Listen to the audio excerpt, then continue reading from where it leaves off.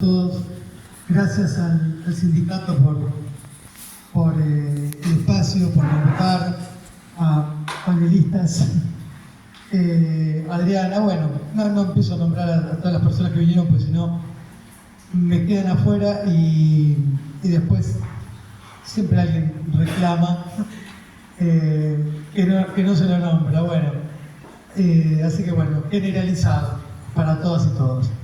Sobre todo con este día que es tan desalentador, y no es que estamos haciendo un stand-up, sino que estamos hablando justamente de algo que no es muy, a veces muy agradable o a veces cansa, ¿no? Y como a veces, muchas veces en las redes te ponen basta de Santiago hasta en la sopa, ¿no? Entonces te hacen esas fotitos, ese tipo de cosas, pero que justamente hace al título del libro, que es Olvidar es imposible. Por eso también tiene que ver con esto y de no claudicar, de seguir. Yo cuando escuchaba todo el recorrido de ustedes, como que uno es muy nuevo todavía. Y no sé si se puede llegar a tantos años, a veces de persistencia. Pero para no irme al tema, el libro tiene que ver justamente con la cronología de los 78 días de búsqueda. Y empieza no el 1 de agosto que yo me entero, sino el 2 de agosto. Porque el primero no tenía ni idea. El primero era un cerco y ya el 2 era otro cerco y el tercer día ya estaba siendo otro cerco. ¿Por qué? Porque entras en un mundo en el cual no estás habituado, no conoces, eso te hace ir madurando de una manera muy rápida. Es la famosa Universidad de la Calle, en este caso estuvo de la mano de Norita Cortiñas al principio, que fue la que primero se acercó.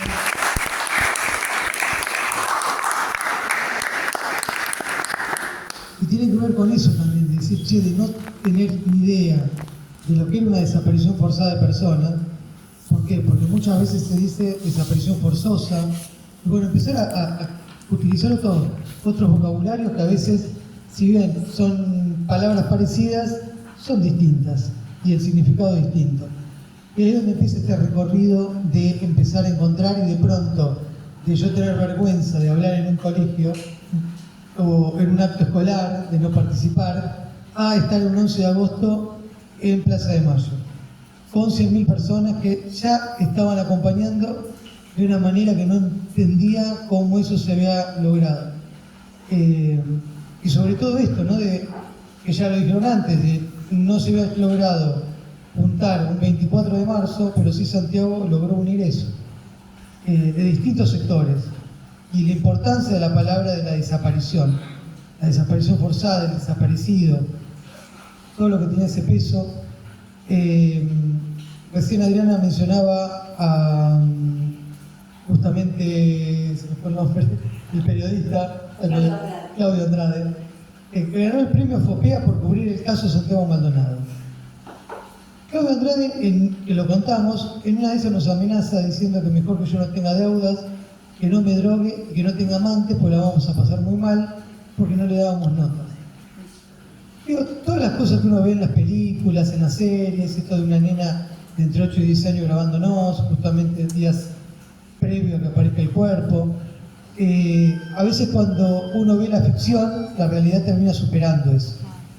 Y uno no está preparado. Y no está preparado, y siempre con el diario del lunes dice, che, hubiera hecho tal cosa. Bueno, pero eso sigue pasando. Y a 8 años sigue pasando porque el miércoles tuvimos una audiencia, la cual fue notificada justamente el 17 de octubre, el día de la aparición del cuerpo de Santiago.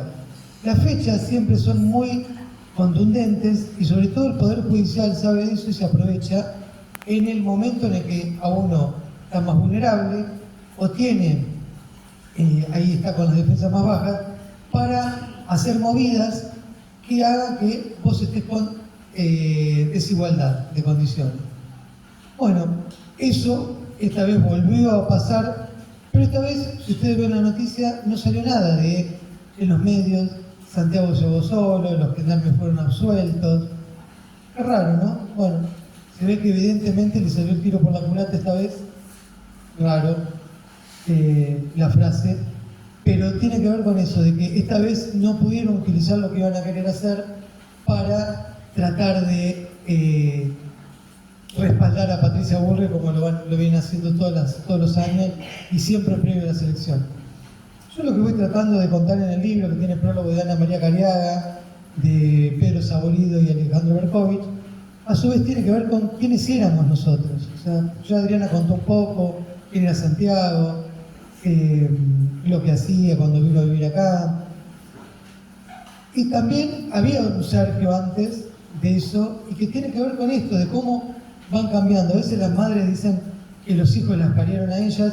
Yo no tengo esa frase, pero sí que hubo un cambio, porque en realidad a veces si yo quisiera hoy volverme a mi casa, esa vida que estaba antes no está más, y no es que la podés recuperar, no es que sea algo que vos hiciste que fuera así, no, se fueron dando las cosas y no podés cambiar el destino de lo que se va haciendo. O sea, a veces parece que todo está escrito y tiene que ser de esa manera. Uno no tiene a veces mucha elección. Y ahí por ahí les leo algo. Soy medio mal lector, pues soy mal escritor, todo ahí medio... Pero esto es también lo que tiene, lo que tenemos los familiares, que a veces terminás tratando de ser perito, tratando de ser abogado, tratando de involucrarte en diferentes cosas porque todo el tiempo te cagan. Entonces, como todo el tiempo te cagan, tenés que estar haciendo un poco de todo. Y esto del libro, bueno, es una manera también, u otra herramienta más, de tratar de generar una empatía, de poder que la gente se ponga en los zapatos de uno, que haya un poco más de entendimiento, pero no de la militancia que acompaña, sino de aquel que por ahí puede llegar a ver el libro, está en contra y de esa manera puede entender que nadie está exento. Todos pueden estar predispuestos a que le pase algo sin buscarlo. Yo voy a contar algo ahí, medio de... No todo el... Pedro Saborido dice, nadie elige lo que le toca en la vida, ¿no? Y voy a evitar una parte ahí que habla... Pero dice... pero Sergio dejó... Bueno, lo cuento todo, pues si no voy a quedar ahí medio... Sergio descubrió que era feliz. Antes, seguro. Se había armado una vida con una pareja hermosa y un trabajo que le gustaba, y entonces no lo sufría como trabajo. Pero Sergio dejó de ser Sergio el día que pasó lo que pasó. Y algunas veces debe haber pensado en qué quilombo me metió el pendejo este. Después comprobó una y otra vez que el pendejo de su hermano no había hecho ninguna pelotudez, porque todo lo que había pensado y actuado desde lo más genuino de su alma, porque dejó en murales y canciones donde cuenta todo lo que fue haciendo en una lucha que eligió. Por eso, cualquier enojo que pudiera haber se desvanece cuando aparecen las certezas de una vida que quiso ser así. Lo que pasa es que ya se fueron dos. Se fue Santiago y se fue el otro Sergio. El de antes, el que podía ir a jugar al fútbol con cualquiera sin que le molestase tanto algún comentario político poco afortunado o directamente pelotudo. Hoy es otra cosa. El Sergio de ahora se tiene que cuidar de lo que escucha, porque duele de otra manera. Obvio que más de lo que escucha se tiene que cuidar de lo que dice. Como un malabarista sabe que no se puede distraer nunca, porque cada vez que diga algo no va a poder disfrutar de ese pequeño goce que es hablar sin filtro, de hablar sin pensar lo que dice, aún en la catarsis más justificada. Soltar es una pulsión de animalidad, una opinión bestial, una pequeña revancha después de tanto cuidado. Después de tanto cuidado y cálculo. Un sagrado momento de poder mandar toda la mierda. No puede. Sergio sabe que lo están esperando y que se equivoque para usarlo en su contra. Para deslegitimar todo lo que construyó, todo lo que tuvo que construir en estos 8 años de su nueva vida. Ahora es distinto. Andrea, su pareja, también lo sabe. Sus momentos son otros. Ella también está con Sergio andando y luchando. En algo que ni siquiera sabe qué final va a tener. El asunto es que no hay lugar para el abandono. Todo lo que había antes ya no está. Lo que vivió Santiago cambió todo para siempre. Y aún en alguna fantasía de abandonarlo todo, de darle lugar al cansancio, a la resignación, ya no hay posibilidad. Porque no hay nada. La vida es esta. La otra ya no está. Y no va a aparecer abandonando esta. Sergio ya se desencantó varias veces. El sueño no es una certeza. Ya no es tan sueño. Así como no se había dado cuenta qué feliz era en su anterior vida, hoy sabe que el sueño de la verdad y la justicia Sobre Santiago no tiene ninguna certeza, pero sí sabe que buscándolo conoció la impunidad. Sintió que no era tan así, que un hijo de puta por ahí no duerme bien. No está seguro de que siendo un hijo de puta algo malo le espera al final del camino. Descubrió un mundo de hijos de puta del que solo encuentra compensación en otra gente, la que lo recibe, lo contiene y lo abraza. Santiago le dejó otra vida y dos mundos.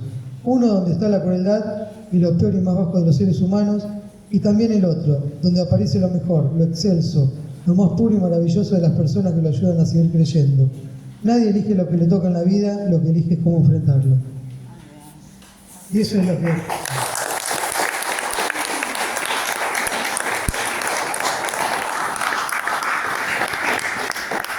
Y en realidad, bueno, ya se contó, ya se sabe lo que estaba haciendo Santiago, acompañando.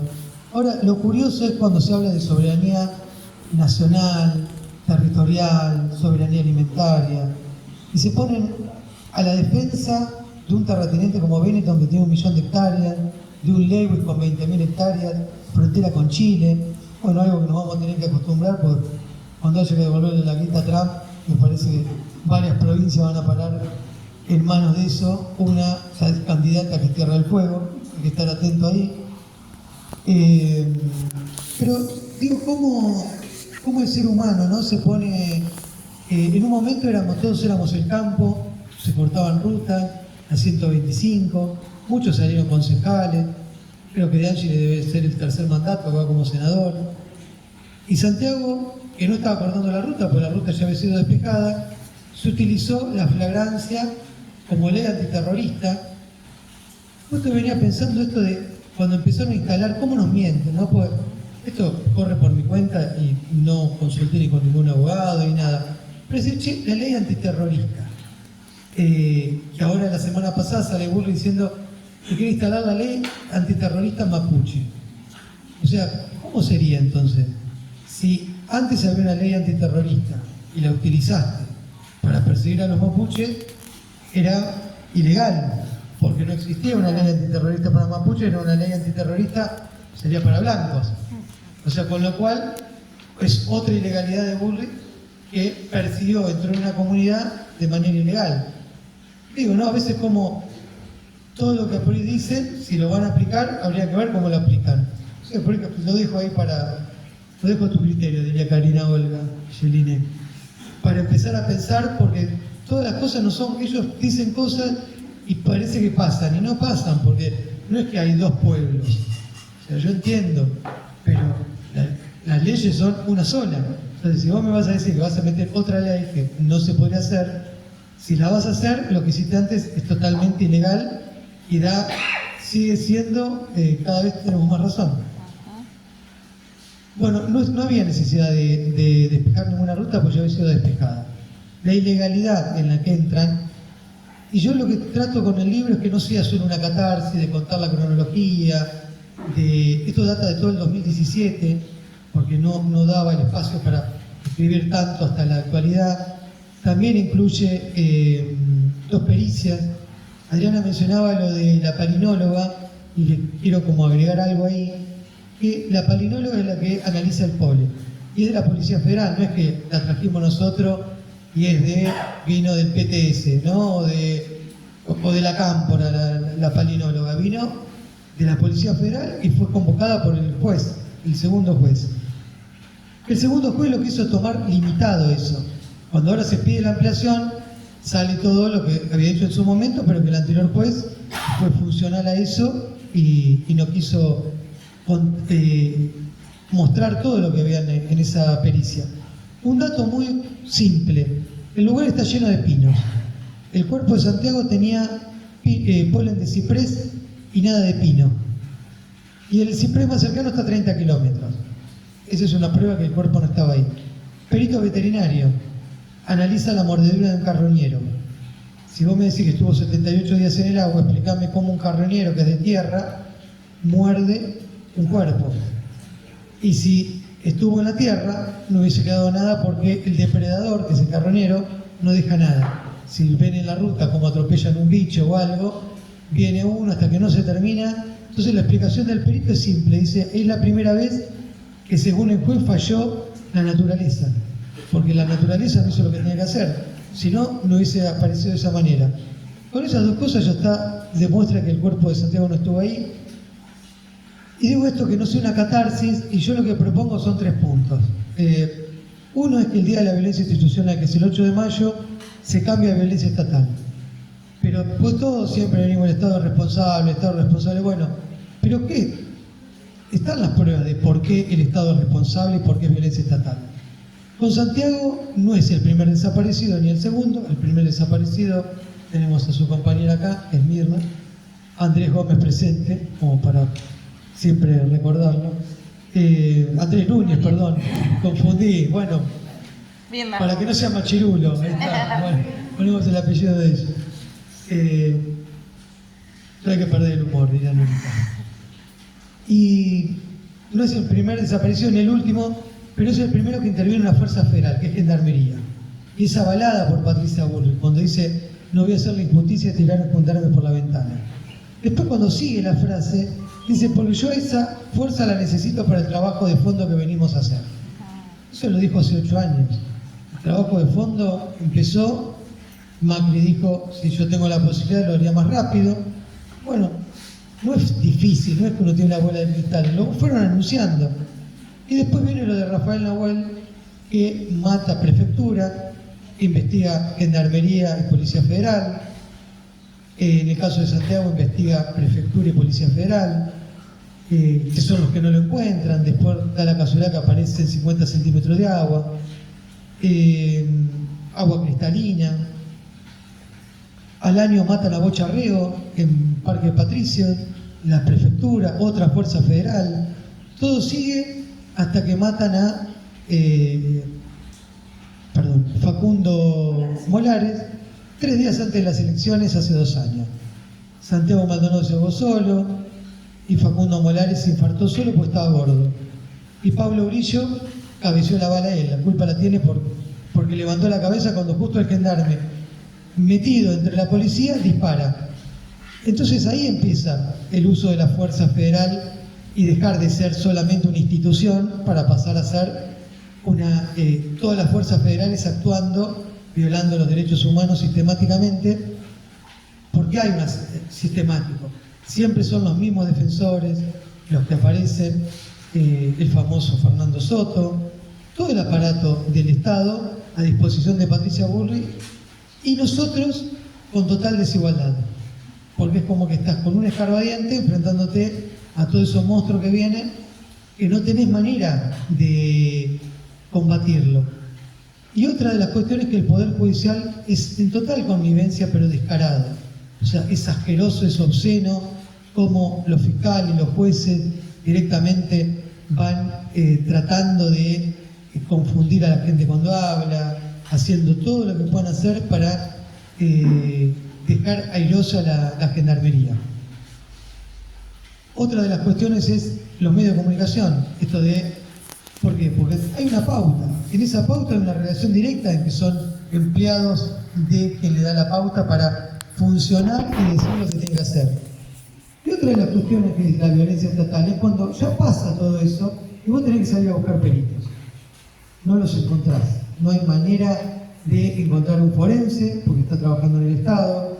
No hay manera de el INTI fue presionado, apretado, lee el CONICET. ¿Quién se va a animar dentro del CONICET a salir a decir algo en contra del Estado o de la Fuerza de Seguridad cuando Gendarmería visita a Maidana, que es la del CONICET, que en su momento hizo un informe? Bueno, son todos subsecuentes, porque el forense se llama de la morgue judicial, delinea la autopsia. O sea, no se pueden mostrar los videos, pero es totalmente cómplice de agarrar y decir cualquier cosa, y el resto de todos los que están ahí, incluido el perito de parte, diciendo sí, está bien, todos firman. Como no tiene un balazo en la cabeza Santiago en el medio de la frente, ya está, o sea, no pasó nada. Nadie cuestionó nada, nadie pidió ninguna ampliación, siga, o sea, ningún problema. Digo, esa es la connivencia y la violencia estatal. Y la violencia estatal es también cuando yo escucho que diputados, Patricia Bullrich, todos salen en contra de los familiares. Patricia Bullrich nunca fue capaz de solidarizarse o decir algo. El 4 de septiembre viajamos juntos en el mismo avión a Bariloche, con todo su equipo, toda la nación más allá de arriba. Llegó y lo primero que hizo es hacer declaraciones, y ahí empezó a instalar de que yo inventé un desaparecido. Directamente antes a mí no me nombraba, ahora empezó ya con eso. No solamente llegó solo, sino que inventaron que fue desaparición forzada. Y acá nadie inventó nada, Santiago está desaparecido. Ojalá hubiéramos inventado y que esté tomando mate con una tía, como dijo alguien, ya sabemos hace en otra época. Que también hay una gran responsabilidad. Él no lo mencionó Rafecas, que es el juez progre, nunca se fue a declarar a Patricia Bullrich, cuando ella mencionó delante de intendentes diciendo que me la tenía jurada. Y él nunca hizo capaz de agarrar y llamar a declaración a Patricia Bullrich. Eso hubiese cambiado la historia. Patricia Bullrich no hubiese asumido como ministra de Seguridad, hoy no estaría próxima a ser senadora. Y sobre todo, Emanuel Echazú, uno de los gendarmes imputados, no estaría viviendo en España. Todo esto sí, digo, si Aníbal Fernández hubiera llamado, hubiese apartado a los gendarmes, siguiendo el informe, la investigación que hizo Sabina Frederick ante el pésimo operativo que hizo la gendarmería. Digo, ¿por qué llegamos hasta acá? Entonces, cuando van pasando los años, yo tengo que nombrar las personas que son responsables, no solo del otro lado de la vereda, sino los que supuestamente están de este, las que están de costado, porque si no es como va pasando y hacemos diferenciación. No, hay responsabilidad. No llegamos hasta acá y Patricia Bullrich no llegó sola, sino también llegó con toda una complicidad de distintos sectores que se podría haber evitado. Entonces, por eso digo, lo de la violencia estatal es importante. El otro día estaba en Lomas de Zamora, no sabía, pero justo de casualidad estaba el abogado de la masacre de Bunge. El Día de la Violencia Institucional se instala justamente por esa masacre y por suerte yo venía repitiendo todo eso desde el desconocimiento, de nunca haber hablado con ellos. Estaban totalmente de acuerdo, impulsan este pedido porque consideran que en 30 años que pasó cambiaron un montón de cosas y es necesario que se empiece a hablar de violencia estatal. Y yo nombro a estas personas no por despecho ni nada por el estilo, sino porque deberían hacerle honor a Néstor Kirchner, que bajó los cuadros de la EXESMA, pidió perdón en nombre del Estado, y fue la máxima figura referente de ellos. Digo, por decoro tendrían que agarrar y decir, che, sos un 4 de copa, por lo menos hacé algo por eso. Yo lo escuché a Marcelo Saín, el año pasado compartimos una charla en el Instituto Patria, diciendo y reconociendo todas las fallas que se tuvo en fuerza de seguridad, así que por lo menos hubo un adelanto ahí. Después no lo siguió nadie, pero bueno, algo es algo. Otra de las cuestiones que acá en La Plata, en el 17 de octubre del año pasado, el hecho de invisibilizar con la aparición del cuerpo, porque justamente el Día de la Lealtad, al hacer aparecer el cuerpo, dijeron no lo va a recordar nadie. Lo que hicimos fue armar una cátedra en la Universidad Nacional de La Plata de periodismo, en la cual es cátedra libre, tiene 8 ejes. Uno es la desaparición forzada, el otro es la fuerza de seguridad, el periodismo, cómo se lo trató a Santiago, los recursos naturales y deuda con el FMI, porque llegamos hasta acá, es por todo esto. También el muralismo como expresión de lucha. A mí me toca la parte familiar. Y está Ana Cariaga también hablando de la subjetividad con la dictadura y la democracia. Y está Marcelo Balco, anarquista, hablando de los pueblos originarios. Son 8 ejes que integra la cátedra. Y lo que me propuse, en todos los lugares voy presentando el libro, acá como ya está, obviamente no, pero ya se propuso en Río Grande, en Ushuaia, en General Roca o Fisquemenuco, en Cipolletti, en Neuquén, también en Mar de Ajó, que ya se hizo la primera cátedra, Lomas de Zamora, Avellaneda, Hurlingham, Luján, Merlo y Lomas de Zamora, que lo dije, y Avellaneda, y me falta Florencio Varela. En todos esos lugares ya están impulsando para el año que viene esté esa cátedra, porque la queremos ser itinerante, que recorra todo el país, que se pueda hablar, que el caso que está en Entre Ríos se conozca en Neuquén, el de Neuquén, y se vaya intercambiando, que no sea solo de Santiago, Santiago que sea una excusa, que es un motor para que esa rueda siga y se puedan ir conociendo y difundiendo diferentes cuestiones, porque no todos los recursos naturales son los que estaban en Benetton, donde desaparecen a Santiago, sino que tenés Andalgalá, tenés Vaca Muerta, hay un montón de cosas. Entonces tiene que servir para algo, que la desaparición de Santiago y la muerte no quede en la nada, sino que sirva como para mostrar todo este tipo de cosas. Y la tercera es que en el 2011 se tipificó la ley de desaparición forzada de personas en democracia, porque hasta ese momento te decían que era de dictadura, a raíz del caso de Iván Torres.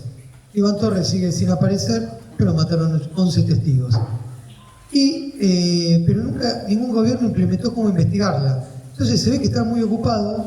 Entonces lo que hicimos con Verónica Heredia fue, y Andrea, aportar todo lo que necesitábamos. Y che, ¿qué se necesita para investigar una desaparición forzada? Desde el lugar de familiares, no es que lo estás haciendo de detective privado ni nada. Decir, bueno, esto es lo que se necesita. Tal y tal cosa, un grupo de expertos independientes, que cada familiar pueda militar su causa, que tenga los recursos para eso. No puede ser que yo vivo en Bariloche, el fiscal está en Esquel. Bueno, el miércoles me tenés que tenemos otro fiscal que está en Mendoza, o sea que había 2 fiscales, el juez en Ushuaia, la Cámara de Apelaciones en Comodoro Rivadavia, la Corte Suprema y Comodoro Pi en Buenos Aires. Vos tenés que recorrer todo eso con tus recursos. En cambio, la Gendarmería tiene todo el aparato del Estado. En febrero fuimos a una junta de peritos en Olavarría, y en Olavarría, no es que la hicieron en alguno de estos lugares. Y cayó una combi con todos los abogados, todo el aparato de la Gendarmería. Eso sí que es todo con la nuestra, pero y nosotros también es con la nuestra. Da la casualidad que con la nuestra financiamos las 2 causas. Tiene que haber un cambio en ese tema de cómo poder, porque es el Estado el que violó los derechos humanos. No es que Santiago agarró, hizo algo indebido, sino que hay una responsabilidad. Y en esa responsabilidad tiene que haber un costo por parte del Estado que se ocupe de todo eso. Si no es como, y no pueden pasar 8 años. O sea, no puede venir un juez a hacernos perder 5 años y después la Cámara de Apelaciones, que 5 años atrás nos dio en contra, nos dé a favor. Y no hay ningún costo. Un médico si hace una operación mala, tiene mala praxis y se queda sin matrícula. Acá los jueces pueden hacer lo que se les canta, vos seguís en el juego de la silla hasta que te vas cansando, y si no te cansás, bueno, seguís dando vuelta. Y que la justicia no es imparcial, es mentira, no es que la justicia es accesible para todos. Vos para llegar a la Corte Suprema tenés que poner plata, hay que dejar un depósito en garantía, que es el equivalente a $1000 blue. El que no tiene plata no puede participar. Por eso hay muchas causas que no se siguen, se quedan en el abandono, y es necesario empezar a tratar de impulsar una unidad de familiares que sea un frente común, que sean todos no importa si es gatillo fácil, si pasó otra cosa, si hay desaparición forzada, o sea, tiene que haber una unidad para que eso sea un bloque, porque los 30.000 no diferenciaba si era uno que repartía panfletos, si el otro hacía el diario, si el otro salía a juntar plata o salía a militar de otra manera. Eran 30.000 y era un reclamo único. Acá tiene que ser lo mismo, tiene que ser todos los desaparecidos y todos los muertos en democracia, ser un bloque único para una unidad general, porque si no, es más difícil ahí de que te puedan pensar. Esto no sé si me falta algo más, por ahí ya, porque se habla un poco de todo, por ahí podemos abrir a preguntas.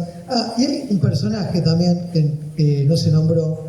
Digo, 2 personajes. Abruj, que era el secretario de Derechos Humanos en ese momento, hoy está a cargo del INADI. Es el que en vez de defender a los pueblos originarios, avala los desalojos. Pablo Nocetti, pues siempre hablamos de Burri, pero Pablo Nocetti era el que estaba a cargo del operativo, pero también era abogado de los genocidas cuando desaparecieron a Julio López y era el asesor de Sovich cuando mataron a Carlos Frente Alba. 3 casos recontra resonantes y el tipo puede pasar por la esquina que no sabemos quién es, o yo lo puedo identificar, pero la mayoría no conoce la cara. O sea que al poder nunca le conocemos la cara. Bueno, creo que hasta ahí llegamos, así que podemos abrir a preguntas, y acá soy recontra autoritario. Bueno, muchas gracias. Preguntas, no catarsis. El que venga y me diga, era el 23 de agosto.